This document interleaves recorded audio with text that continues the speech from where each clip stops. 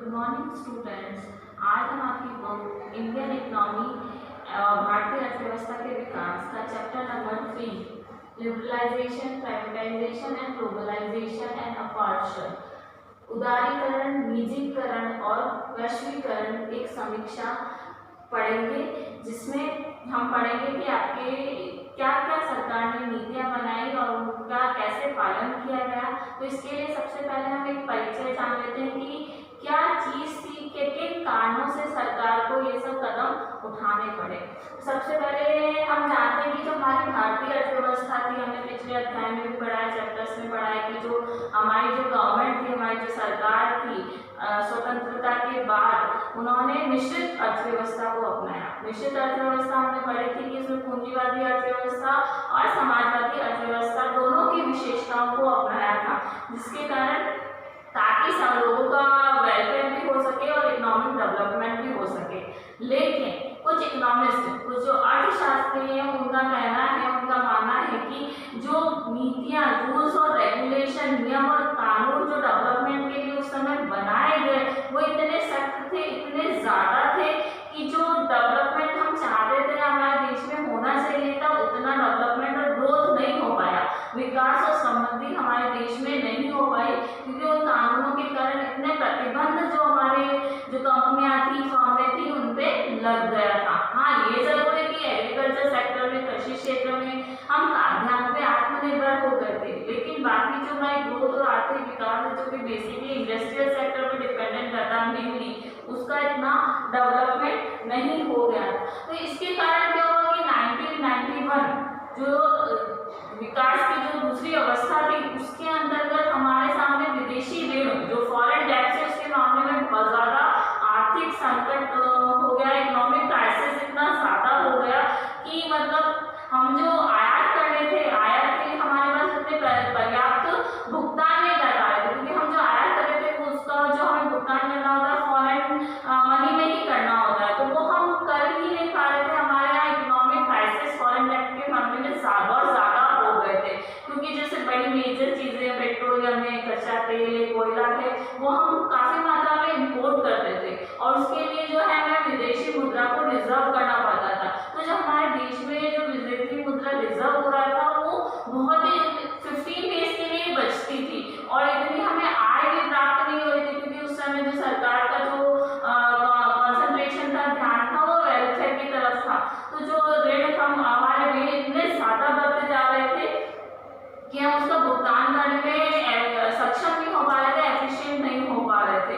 और इससे क्या हो रहा था, इससे सबसे ज़्यादा हो रहा था कि हमारे जो बेसिक नीड्स हैं, आवश्यक जो वस्तुएं हैं, भोजन है, कपड़ा, उनकी जो प्राइसेस इतनी हाई होती जा रही थी, और जिसके कारण अब सरकार को कुछ ऐसा सोचना था कि हमारे फॉरेन टैक्स को कम किया जाए और आय को ज़्यादा बढ़ाया जाए। तो सरकार ने इसके लिए पॉलिसीज का, नीतियों का निर्माण करना शुरू किया। तो उसके लिए सरकार ने पृष्ठभूमि बनाई कि हमें किस कारण, किन कारणों से ना इन नीतियों का विकास और डेवलपमेंट करना है। तो सबसे पहले जो सरकार ने किया कि हमारे जो क्या बैकग्राउंड रहा इन पॉलिसीज के निर्माण में, या सरकार को क्या थॉट रही इन सब के पीछे, तो वो देखते हैं। तो हमारे समय में जो हमने देखा 1981 की स्टार्टिंग में हमारे इकोनॉमिक क्राइसिस क्या होते हैं, स्टार्ट हो गए थे, बहुत ज़्यादा इकोनॉमिक क्राइसिस हो गए थे। क्यों होने लगे थे? क्योंकि जो हमारी आय थी, जो हमारी इनकम थी, वो हम किससे प्राप्त करते थे? गवर्नमेंट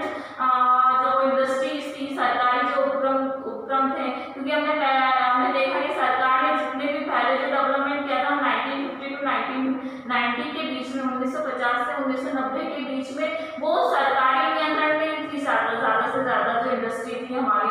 तो जो हमें आय प्राप्त होती थी, उन्हीं सेक्टर से प्राप्त होती थी या टैक्स से प्राप्त होती थी, तो वो इतनी हमें प्राप्त नहीं हो पा रही थी, और हमारे जो है कि आय कम हो रही थी और व्यय ज़्यादा हो रहे थे। इससे भी सरकार को बहुत ज़्यादा दिक्कत होने लगी, क्योंकि हमारा भुगतान, पेमेंट है जो विदेशी ऋण का है, वो सही नहीं हो पा रहा था।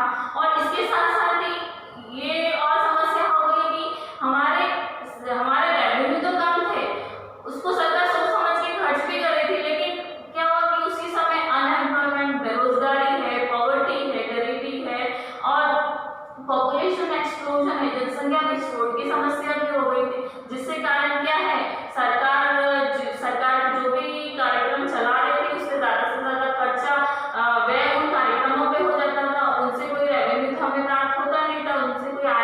मिलती नहीं थी। इसके अलावा जो सरकार डिफेंस में या और दूसरे सेक्टर्स में जो काम कर रहे थे उनसे इतनी जल्दी रेवेन्यू प्राप्त करने की इतनी जल्दी प्राप्त नहीं हो पा रही थी, तो हमारे देश में इकोनॉमिक क्राइसिस ज़्यादा इससे ज़्यादा बढ़ता जा रहा था। और जो हम फॉरेन टैक्स ले रहे थे या फॉरेन की जो रेवेन्यू हमारे पास से रिजर्व था उससे भी हम कंजम्पशन पे, उपभोग पे खर्च करने लगे थे। और हम जानते हैं कि उपभोग हमने किसी चीज़ को कर लिया तो उससे कोई हमें अधिक आय प्राप्त नहीं होती, तो उपभोग करने के कारण भी हमारे जो टैक्स बढ़ रहे थे। और 1980s के अंत तक आते आते 1980 के अंत तक आते आते हमारे जो टैक्स है फॉरेन टैक्स से इतने बढ़ गए थे कि गवर्नमेंट उसको चुकाने में कैपेबल नहीं हो पा रहे थे, इतने ज़्यादा एक्सपेंसेस होने लगे थे, सारे डेवलपमेंट हो चाहे जो सरकार प्रोग्राम चला रही थी और सरकार को रेवेन्यू प्राप्त नहीं आ रही थी। तो जो इंटरनेशनल जो डेब्टर्स थे जिन्होंने हमें ऋण दिया था, ब्याज उनका ब्याज चुकाने में भी हम सक्षम नहीं हो पा रहे थे। और जो हम इम्पोर्ट्स करते थे उसके लिए एफिशिएंट रिजर्व भी हमारे पास नहीं थे।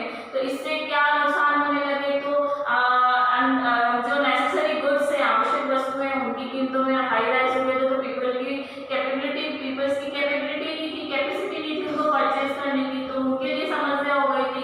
दूसरा जो फॉरेन इन्वेस्टर्स थे, जो विदेशी निवेशक थे, जो हमारे देश की कंपनीज में इन्वेस्ट कर रहे थे, उन्होंने इंटरेस्ट लेना कम कर दिया, तो और हमारे रेवेन्यूज कम होते जा रहे थे। तो सरकार को इसकी बहुत ज़्यादा चिंता होने लगी और उनके पास कोई सोर्स नहीं बचा, तो उन्होंने दो इंटरनेशनल बैंक्स जो कि थे international bank for reconstruction and development, अंतर्राष्ट्रीय पुनर्निर्माण व विकास बैंक, जिसे हम IBRD या इसका जो दूसरा नाम है वर्ल्ड बैंक, विश्व बैंक है, उसके पास गए। और उसके अलावा अंतर्राष्ट्रीय मुद्रा कोष, इंटरनेशनल मॉनेटरी फंड IMF, जिसे IMF के नाम से भी जानते हैं शॉर्ट फॉर्म में, उनके पास गए। तो उनसे भारत ने $7 बिलियन का डेट लिया, इतना कर्जा लिया। और इस कर्जे को देने के एवज में ऑब्वियसली उन्होंने कुछ शर्तें रखी होंगी। उन्होंने शर्तें रखी कि सरकार उदारीकरण करेगी, जिसे हम आगे अपने अध्याय में चैप्टर में पढ़ेंगे। उदारीकरण शॉर्ट में मैं आपको बताती हूँ कि उदारीकरण है कि जो रूल्स और रेगुलेशन एक कंट्री अपने देश में चलाती है, किसी भी कंपनी फर्म को चलाने के लिए उसको लिबरलाइज करेगी, उसे ईजी बनाएगी, ताकि जो इन्वेस्टर्स है वो आसान, उनको कोई प्रॉब्लम्स नहीं आए, आसानी से हमारे देश में इन्वेस्ट कर सके। और दूसरा, निजी सेक्टर्स को प्रमोट करेगी। पहले हमने देखा था कि सरकार ने निजी सेक्टर्स पे बहुत सारे बाउंडेशन लगा रखे थे, प्रतिबंध लगा रखे थे, लाइसेंस प्रणाली को लागू कर रखा था, तो वो सब कम करेगी। इसके अलावा जो गवर्नमेंट इंटरफेयर था, सरकारी हस्तक्षेप था इन सब की पॉलिसीज में, उसको कम करेगी।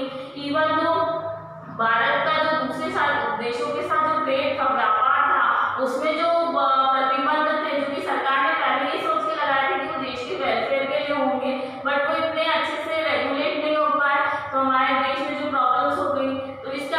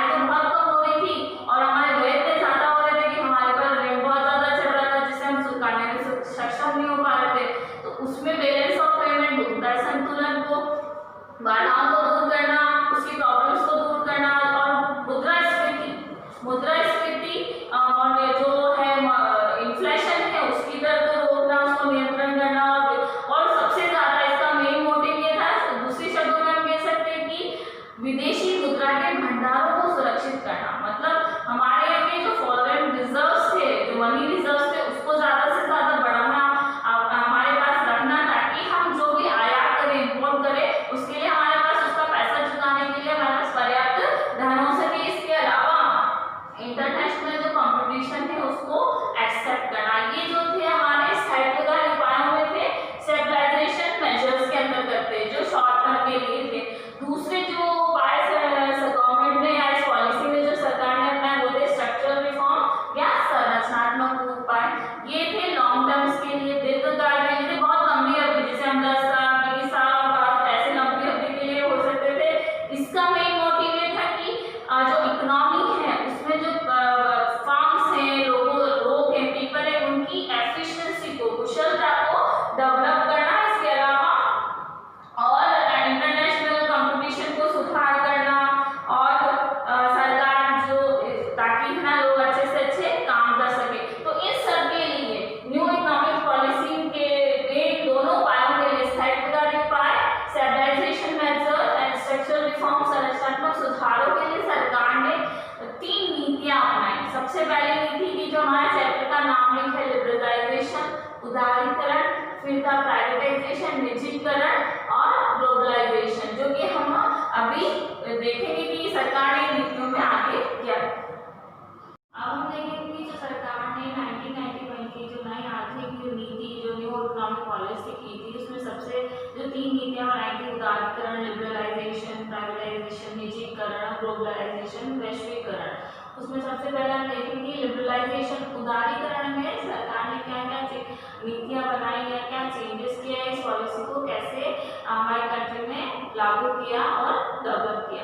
तो सबसे पहले हम देखते हैं कि जो लिबरलाइजेशन है, उदारीकरण में हमने पहले डिस्कस किया पहले के चैप्टर्स में कि सरकार ने जो पॉलिसीज बनाई थी, जो पहले रूल्स और रेगुलेशन थे, नियम और कानून थे, वो हमारे जो इकोनॉमिक डेवलपमेंट है, ग्रोथ में रुकावट बन गए थे, बाधाएं बन गए थे, और जिसकी वजह से सरकार ने कई, जिससे हमारे इकोनॉमिक डेवलपमेंट भी अच्छे से नहीं हो पा रहा था। तो इसके लिए सरकार ने इस लिबरलाइजेशन पॉलिसी के अंतर्गत, उदारीकरण नीति के अंतर्गत, जो सरकार ने हमारी जो लाइसेंस जो मेथड था, जो लाइसेंसिंग प्रणाली थी, जहाँ पे निजी सेक्टर्स लाइसेंस लेते थे, उनमें, उसके अलावा एक्सपोर्ट इंपोर्ट पॉलिसी है, आयात निर्यात नीति है, टेक्नोलॉजी डेवलपमेंट है, फिस्कल पॉलिसी है, राजकोषीय नीतियां हैं, फॉरेन इन्वेस्टमेंट पॉलिसी है, विदेशी निवेश नीतियां हैं। इन सब में जो पहले चलती थी, लेकिन उनमें बहुत सारे रूल्स और रेगुलेशंस थे, उनमें इस 1991 की आर्थिक नीति में काफी चेंजेस किए। तो इस लिबरलाइजेशन में जो डिफरेंट सेक्टर्स में, जो हमारे जो डिफरेंट सेक्टर्स थे, चाहे industrial sector, financial sector, foreign sector, इन सब जो सेक्टर्स थे, इनमें क्या चेंजेस किए, क्या रेगुलेशंस लाए, वो हम देखते हैं। तो सबसे पहले जो है हमारा, सबसे पहले जो गवर्नमेंट ने औद्योगिक क्षेत्र का विनियमीकरण कर दिया, डीरेगुलेशन ऑफ इंडस्ट्रियल सेक्टर। इसके अंतर्गत क्या किया, जो हमारी गवर्नमेंट थी, उन्होंने जो लाइसेंस, जैसे पहले जो निजी सेक्टर्स थे उनको लाइसेंस लेना पड़ता था, उनको कितना प्रोडक्शन करना है, किस चीज का प्रोडक्शन करना है, कितनी मात्रा में प्रोडक्शन करना है, इसकी सब चीजों की परमिशन गवर्नमेंट से लेनी पड़ती थी। और इसके अलावा जो हमारे जो स्मॉल सेक्टर के जो इंडस्ट्रीज थी, जैसे लघु उद्योग थे, उसमें काफी चीजें सरकार ने उन्हीं के लिए रिजर्व रखी थी कि इन चीजों का प्रोडक्शन स्मॉल सेक्टर इंडस्ट्रीज कर सकती है, लघु क्षेत्र के उद्योग भी कर सकते हैं। इसके लिए, इसके अलावा उन उद्योगों में और कोई इंडस्ट्री प्रवेश नहीं कर सकती जो स्मॉल सेक्टर इंडस्ट्रीज थी। और जो इसके अलावा और कोई फर्में किस फर्मों का आ सकती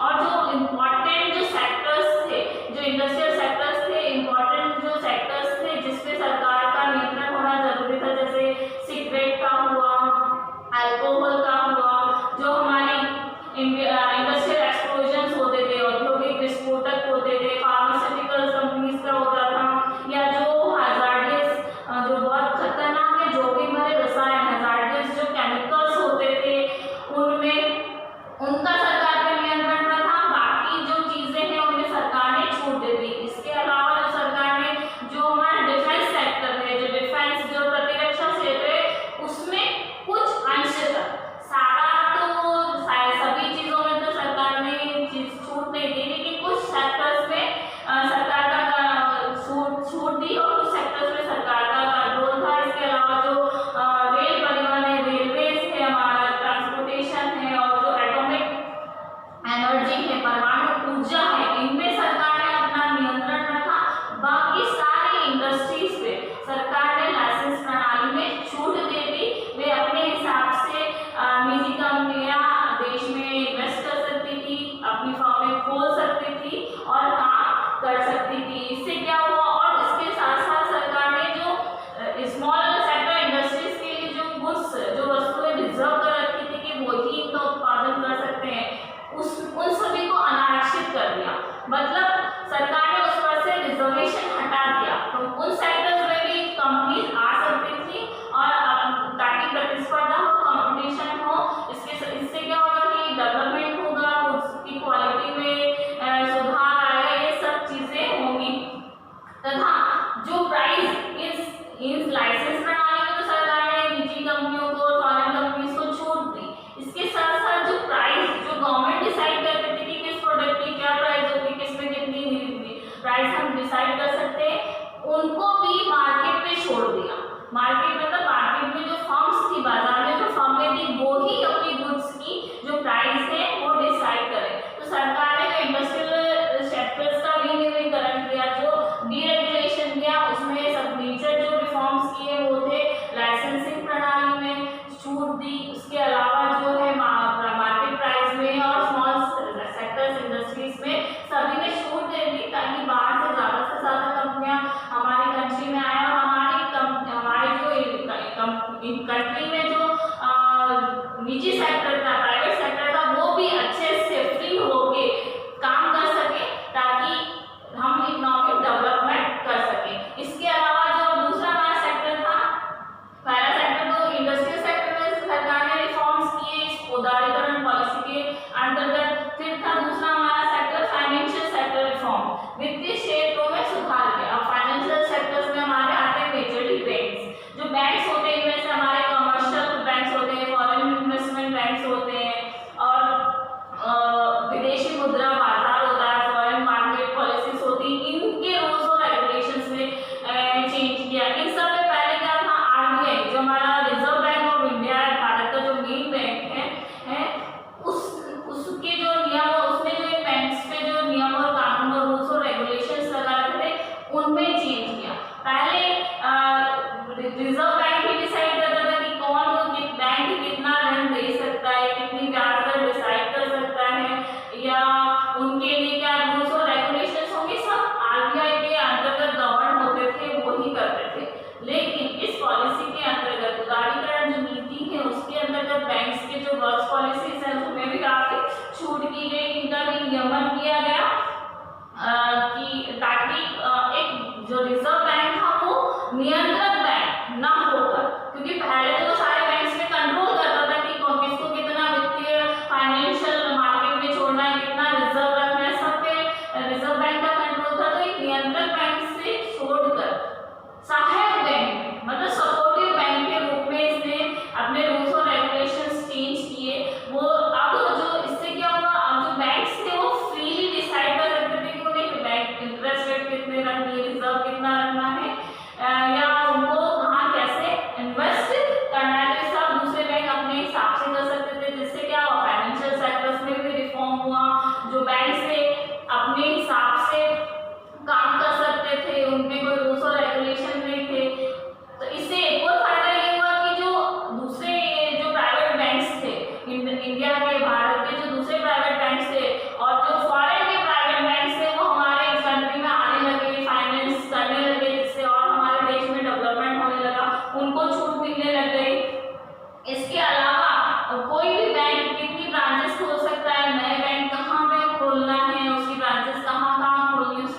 है, जो किस देश के किस सेक्टर में या किस एरिया में खोलना है, वो सब बैंक खुद डिसाइड करने लगे, ताकि जिससे क्या होगा कि हमारे जो बैकवर्ड एरियाज थे उनमें भी रिफॉर्म्स होने शुरू हो गए, लोगों को इजीली लोन अवेलेबल होने लग गया, तो वो अपने हिसाब से आराम से काम करने लग गए। और इसके अलावा लोग अच्छे से हमारे जो ग्रोथ रेट है उसमें अपना जो कॉन्ट्रीब्यूशन करने लग गए। लेकिन जो आरबीआई है, सहायक बैंक तो था, लेकिन उसने दो चीजों में बैंक्स पे कंट्रोल रखा। एक तो जो जहाँ पे कंट्री के प्रोटेक्शन की बात आ जाती है, देश की जो सुरक्षा की बात आ जाती है उस पे, और जो बैंक के कस्टमर्स होते हैं उनके जो प्रोटेक्शन की बात आ जाती है, वहाँ पे आरबीआई ने अपना पूर्ण नियंत्रण रखा। नहीं तो क्या होता, अगर बैंक हमारी जो इंडिया की जो डिफेंस है उसकी जो रूल्स और रेगुलेशंस को खतरा हो सकता था, और जो हमारे कस्टमर्स देश की जनता है, पॉपुलेशन है, जो मेन सोर्स है इसकी यहाँ की डेवलपमेंट का, उसकी जो सुरक्षा को खतरा ना हो, इसके लिए आरबीआई ने देश की सुरक्षा से संबंधित मामलों में और जो कस्टमर्स की पहचान और आईडी के संबंध में, उनकी सुरक्षा के संबंध में कुछ नियंत्रण रखे।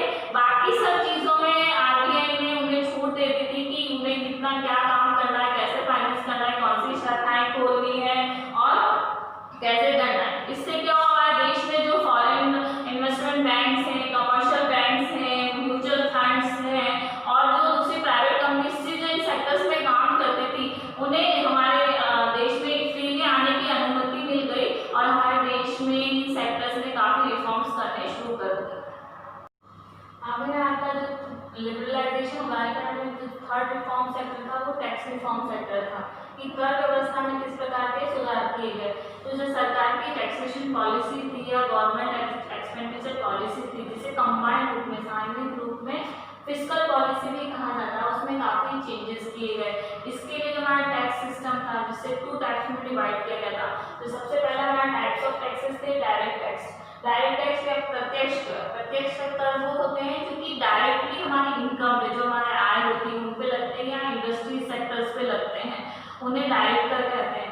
तो इनकी दरों में काफी कमी की गई, जिससे क्या हुआ कि टैक्स के कम होने से हमारे पास इनकम ज्यादा रहने लगी और इंडस्ट्रियल सेक्टर के पास फाइनेंस अच्छे से रहने लगा, तो वो डेवलपमेंट में अपना काम करने लगे और जो अपनी जो इनकम है उसको छुपाने से बढ़ने लगे। क्योंकि जब हमारे पास हमको टैक्स ही कम चुकाना हो रहा है तो हमारे पास आय ज़्यादा रहेगी, तो जो टैक्सेशन के लिए जो पहले लोग कालाबाजारी करते थे या फ्रॉड करते थे, अपनी रियल इनकम नहीं बताते थे, वो लोग शो करने लगे ज़्यादा से ज़्यादा। उसमें ये लोगों की जो कालाबाजारी में कमी आई, जिससे क्या हुआ कि सरकार के पास भी रेवेन्यू आने लगा, हमारे पास भी इनकम बनने लगी, तो हम उसकी सेविंग के सोर्सेस में इन्वेस्ट करने लगे और अपनी इनकम को बढ़ाने लगे। तो ये डायरेक्ट टैक्सेशन रिफॉर्म्स में सरकार ने सुधार किया, इसको कम किया। इसके अलावा इनडायरेक्ट टैक्सेस होते हैं जो हमारे गुड्स और सर्विसेज पे लगते हैं, जो हम वस्तुओं और सेवाओं का जो उपयोग करते हैं, जैसे कोई भी प्रोडक्ट्स हम मार्केट से लेके आए, सोप लेके आए, कुछ भी लेके आए, तो हमें वो मार्केट में उस पर लिखा हुआ मिलता है कि जो एमआरपी उस पर हम ले लेते हैं, लेकिन उसके अंदर भी टैक्स इंक्लूड होता है, तो वो इनडायरेक्ट टैक्स होता है। गुड्स और सर्विसेज पे जो टैक्स लगता है, तो वो टैक्स में सरकार ने काफ़ी कटौती करी, काफ़ी छूट देने की कोशिश करी, जिससे क्या हुआ, अधिक से अधिक रेवेन्यू हमें जनरेट हो, सरकार को भी जनरेट हो और लोगों को रिलैक्सेशन हो, ताकि वो कर बचाने के लिए जो कालाबाजारी करते थे या जो अन्य नीतियां बनाते थे उनमें कमियां हैं। इसके लिए गवर्नमेंट ने अभी सबसे बड़ा कदम 2016 में उठाया, जब सरकार ने जीएसटी लागू किया था, वस्तु व सेवा कर अधिनियम, गुड्स एंड सर्विस टैक्सेस लागू किया, जो कि 2017 में लागू हुआ, पारित कब हुआ था, 2016 में लागू किया था। इसमें सरकार का एक मोटिव, ये सबसे बड़ा मोटिव था, 1 कंट्री 1 टैक्सेशन, एक देश और एक कर। और लोगों और जो टैक्सेशन में जो काफी कॉम्प्लिकेशंस थे कर की नीतियों में, उनमें कमी आई और लोगों के पास ज़्यादा से ज़्यादा रेवेन्यू जनरेट होने लगा और जो कर वंचन की जो समस्या थी उससे हमें मुक्ति मिली और जो हमारे टैक्सेशन की जो पॉलिसीज हैं वो काफ़ी ईजी हो गई लोगों को समझने के लिए। तो इस तरह से टैक्सेशन सेक्टर में गवर्नमेंट ने सुधार किया ताकि हमें ज़्यादा से ज़्यादा रेवेन्यू जनरेट हो सके। अब नेक्स्ट जो सेक्टर था वो जिसमें रिफॉर्म्स किया वो था फॉरेन एक्सचेंज सेक्टर, विदेशी विनिमय सुधार। जो विदेशी जो इन्वेस्टमेंट होता है, एक्सचेंज होता है, जो इम्पोर्ट एक्सपोर्ट होता है, उसमें कैसे रिफॉर्म्स कर सकते हैं उसके लिए भी सरकार ने पॉलिसीज बनाई। तो जो सरकार पहले ये करती थी कि बहुत सारे रूल्स और रेगुलेशन सरकार ने कंट्रोल में कर रखे थे। तो जो बैलेंस ऑफ पेमेंट है, फॉरेन एक्सचेंज से जो हमारे बैलेंस ऑफ पेमेंट की जो समस्या है, भुगतान संतुलन की समस्या को दूर किया गया। इसके लिए सबसे गवर्नमेंट ने पहले काम किया गया, मुद्रा का अवमूल्यन किया गया, devaluation of money. Devaluation of money क्या होता है? मुद्रा का अवमूल्यन ये होता है कि जब हमारी कंट्री की मुद्रा की वैल्यू को कम किया जाए अन्य कंट्री की मुद्रा से। जैसे हम न्यूज में हम आजकल हमेशा सुनते ही होंगे डेली की, है ना, हमारे जो देश की मुद्रा की कीमत डॉलर के मुकाबले इतनी कम हो गई, $1 के मुकाबले। जैसे अभी हमारे देश में अप्रॉक्स 74 to 75 रुपीज चल रही है।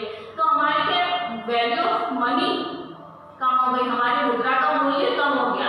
जहाँ अमेरिका में $1 है, वहाँ हमारे 75 रुपए लगते हैं, 74 और 75 रुपीज लगते हैं। तो हमारे जो मनी की वैल्यू को कम किया जाए। अब वाली मनी की जो वैल्यू, उसके अवमूल्यन को कम करने से क्या होगा? इन्वेस्टमेंट बढ़ेगी। हमारे जो लोग, हमारे देश की जो मुद्रा है लोगों को सस्ती पड़ेगी, तो हमारे देश में क्या होंगे? इन्वेस्टमेंट बढ़ेंगे और विदेशी मुद्रा हमारी कंट्री में बहुत ज़्यादा आएगी। उसकी जो लोग ज़्यादा से ज़्यादा इन्वेस्टमेंट करेंगे तो ज़्यादा से ज़्यादा इनकम हमारी कंट्री में लोगों को प्राप्त होगी। और इसके अलावा जो मुद्रा का मूल्य का निर्धारण जो सरकार पहले करती थी, जिसका कंट्रोल गवर्नमेंट के पास था, उसे मार्केट पे छोड़ दिया कि मार्केट डिसाइड करेगा कि हमारे देश की मुद्रा जैसा जो टाइम चल रहा है उसके अकॉर्डिंग कैसे उसकी वैल्यू डिसाइड होगी या कैसे वो वर्क करेगी। तो विदेशी विनिमय सुधार में मुद्रा के अवमूल्यन करने से हमारे देश में काफ़ी इन्वेस्टमेंट्स बढ़े और काफ़ी रिफॉर्म्स हुए हैं, ताकि जो हमारी ग्रोथ और डेवलपमेंट जो सरकार की बेसिक नीड है और बेसिक थॉट है उसे उसमें इंक्रीज किया जा सके, उसमें वृद्धि की जा सके। अब इसके अलावा है हमारा जो लास्ट सेक्टर जो लिबरलाइजेशन में सरकार ने जिसके में सोचा था वो है trade and investment policy reforms. विदेशी जो व्यापार और निवेश नीतियाँ थी उनमें सरकार ने सुधार के लिए काम किया। इसके अंदर सबसे क्या कि जो इंडस्ट्रियल प्रोडक्शन था, टेक्नोलॉजी थी, इन्वेस्टमेंट था, जो गुड्स और मार्केट सर्विसेज का जो मार्केट था, उनमें कंपटीशन बढ़े, उनमें फॉरेन इन्वेस्टमेंट ज़्यादा से ज़्यादा आए, ताकि कंपटीशन बढ़ेगा, इन्वेस्टमेंट ज़्यादा होगा तो हमारी जो कंट्री की जो कंपनीज हैं वो कॉम्पिटिटिव बनेंगी। तो पहले भी हमने डिस्कस किया कि क्वालिटी सुधरेगी, एफिशिएंसी सुधरेगी, इन सब सेक्टर्स में रिफॉर्म होगा और इनके new new technology also develop होगी। हम फॉरेन से अगर किसी टेक्नोलॉजी को मंगाएंगे तो हम चाहेंगे कि इंडियन कंट्रीज की जो कंपनीज है वो चाहेंगे कि हम इस टेक्नोलॉजी को ऐसा बनाएं कि उनमें सुधार हो। तो एक तरह से